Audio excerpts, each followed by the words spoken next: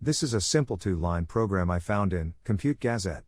Issue June 1986. See if you can work out what it does. First of all, let's clear the screen by pressing the Commodore key and clear home. The first line is as follows.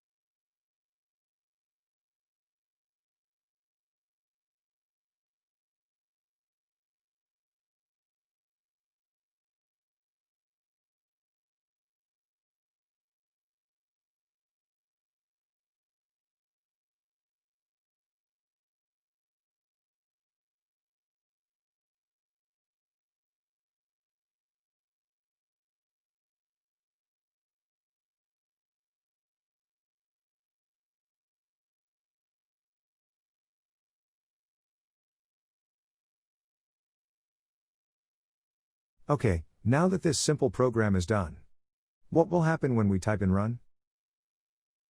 Any ideas? Here's a clue. Charlton Heston and Lorne Greene. If that clue made sense, you may know what this program does. Let's check it out right now.